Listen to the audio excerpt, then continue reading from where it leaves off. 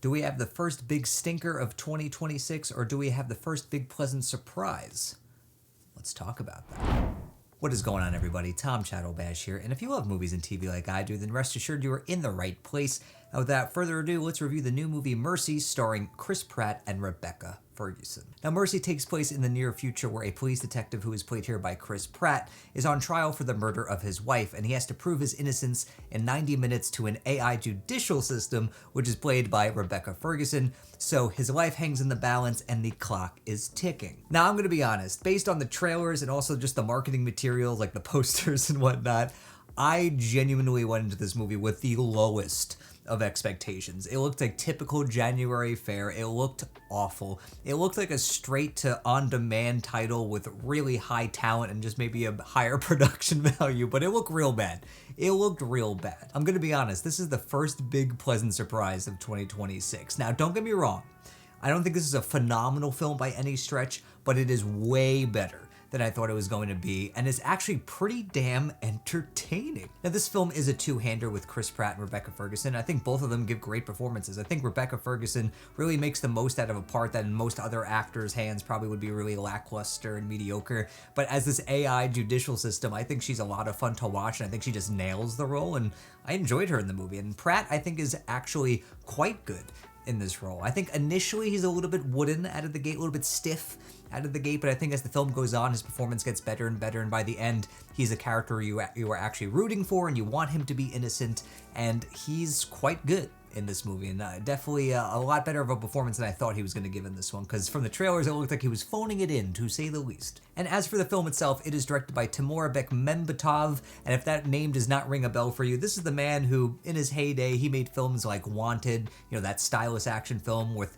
Curvin the Bullet that a lot of people will definitely remember now that I'm just saying that out loud. And also he made Abraham Lincoln Vampire Hunter back when that kind of movie was a frickin' thing.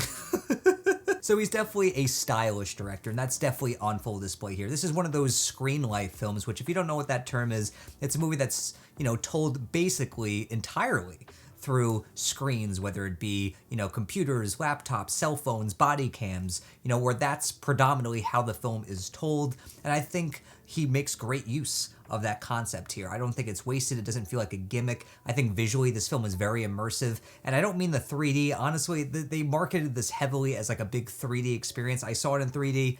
You don't need to see it in 3D. It's pretty lackluster 3D. But I will say from a visual standpoint, it's very engaging. It's creative. I do like the camera work. It definitely keeps things moving. It keeps things moving at a good pace. It's a movie that's never really boring. I mean, this is a film that's like an hour, 40 minutes or so, and it really just flies by. And some of the action sequences that you're seeing through screens are actually really well done and really entertaining and fun. And I do like where the story goes. There's some twists, there's some turns. It plays with your expectations.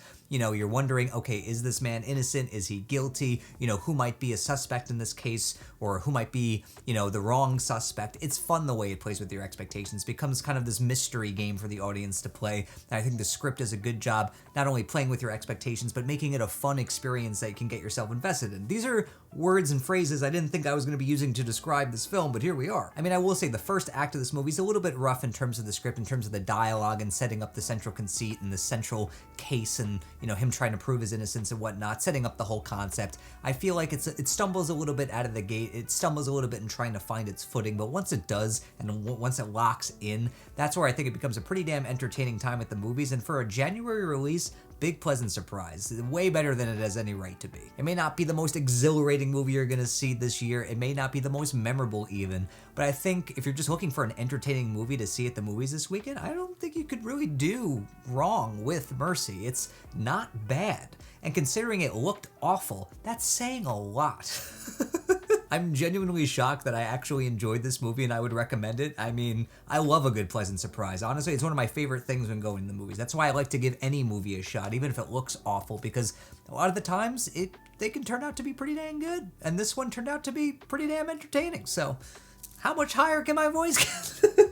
But anyway, even though this one doesn't break the mold and it may not be the best film you see this year, it's still an entertaining time at the movies, and for that, I'm going to give this movie 3.5 out of 5 stars. It brings the entertainment value. It's got 2 strong performances at its center, and I think the way the story is told is creative with some really fun visual flourishes that make it a visually immersive experience too. So even when maybe the plot starts to drag a little bit or spin its wheels, visually it's always interesting and it's always an entertaining watch. So for that alone, I'm going to recommend this one, especially for January. Give it a shot. Go for it. You might actually really enjoy it.